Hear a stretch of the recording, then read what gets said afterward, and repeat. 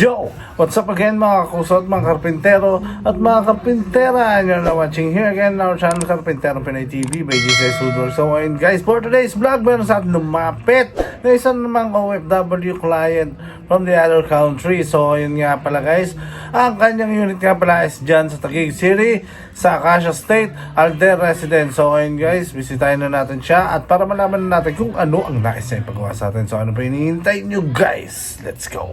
So ayun nga guys, agad tayo bumisita dito sa unit ng ating client. Dito yan sa Acacia State, Alder Residence. So ito ang pagkakawa niya is kitchen extension kasi hindi siya magagas range. Induction yung gagamitin niya. And then dito sa kabilang kwarto, wala naman siya yung pagkakawa dyan. So pinasilip niya lang and baka may pagkawa siya someday. And dito sa kanyang CR, syempre meron tayong lavatory and overhead cabinet with mirror na gagawin dyan, no? Sa laundry, wala rin siyang pagkagawa.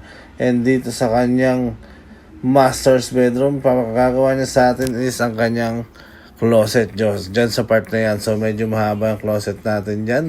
And dito naman sa kanyang living area is yung kanyang TV rack dyan sa wall na yan. So ayun guys, excited na ba kayo? Gawin natin yan, let's go! So ayun guys, proceed muna tayo sa ating design. So ito na nga guys, sa mga hindi pa nakakapag-follow, follow na po kayo syempre sa ating FB page. Dito lang yan sa GCS Woodworks. And ito naman po ang ating YouTube channel at dyan naman mapapanood yung mga ginagawa natin. Parang ganito. So supportahan nyo na po yung channel natin. Subscribe na kayo guys. So proceed na tayo syempre sa ating design ng ipagkagawa ng ating client. So ito nga pala yung ating closet. So medyo malaki yung cut ng unit nila. So mas malaki yung closet nila dito sa master's bedroom. So as you can see, mahaba siya, no? So naging 3 panel siya. Then ito naman yung kitchen extension niya. Then ito naman yung kanyang CR cabinet. Then ito naman yung kanyang TV rack. So ayun guys, hindi tayo mag-install ng salamin nito.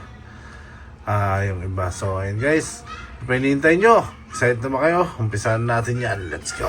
So, ayun, nagandaan sinimula ng bakbakan ng sa ganun is ma-deliver natin agad sa kanyang unit etong mga pinagkagawa sa atin ng ating client. So, ayun nga guys, bakasyon lang siya dito sa Pilipinas at inaasahan niya na magawa natin at ma-install agad natin sa kanyang unit yung mga pinagkagawa niya. So, umaasa siya sa atin at nagtiwala.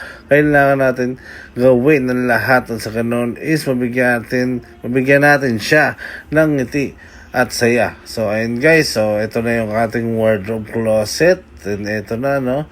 So proceed na tayo dyan sa laminating. So after ng laminating, babalot na yan. And syempre proceed na tayo siya sa ating delivery. So ito guys, no? As you can see, proceed na tayo dyan sa laminate. So ito na lang yung ilalaminate natin, yung TV racks. Medyo masinsin to, pero yung iba is okay na. And babalutin na yan maya and preparation tayo sa delivery. So ayun guys, no, malapit tayo matapos. Syempre excited na ang ating client dyan. So ito na nga guys, binalot na nga natin.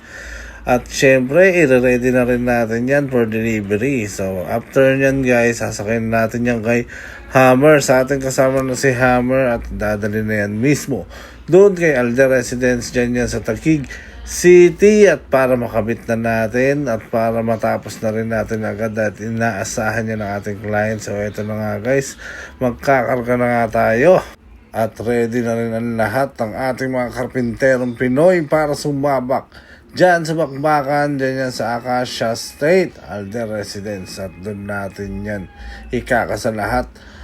Sana magustuhan ng ating client and maging okay ang lahat. So ito na nga guys, ang ating kasama at katuwang na si Hammer lagi sa bawat proyekto na ating tinatahak. So ayun guys, let's go! At ito na nga guys, nakasa na nga natin yung mga cabinet, lalo na itong closet, TV rack, and kitchen extension. So isang balik pa tayo dyan guys. Syempre hindi pa rin totally finished. So pag natapos yan, syempre sabay-sabay natin panonoorin yan.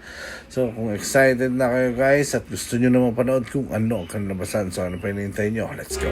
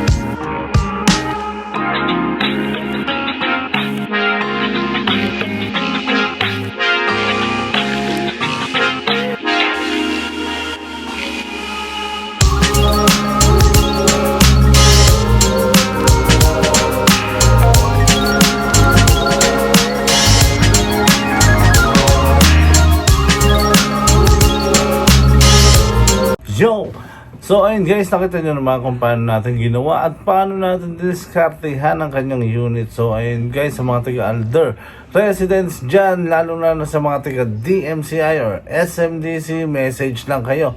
Syempre, sa aming FB page, dito lang yan sa GCS Woodworks, or else pwede rin naman kayo bumisita sa aming backup page at doon nyo rin kami i-message. Dito lang yan sa GCS Woodworks and Fit Out Carpintero Pinoy TV backup page, or else pwede naman kayo rumekta dito mismo sa aming gawaan. Nang sa ganun is makita at masalat nyo na rin yung mga gawang produkto natin. So ayun guys, dito lang yan, may sabon naman yan, GCS Woodworks and Fit Out. So ayun guys, mga hindi pa po nakakapag-subscribe, please like, share, and subscribe, and please click the notification bell below para updated tayo sa mga bagong videos na ilalabas natin. So ayun guys, marami pa tayong aabangan at marami pa tayong kapananabikan ng mga videos na ginawa natin sa mga client natin dyan. So huwag kayo mainip dahil lalabas din natin yan sa ating YouTube channel. So ayun guys, wait lang kayo dyan. So ayun guys, hanggang dito na lang, hanggang sa muli, break it down.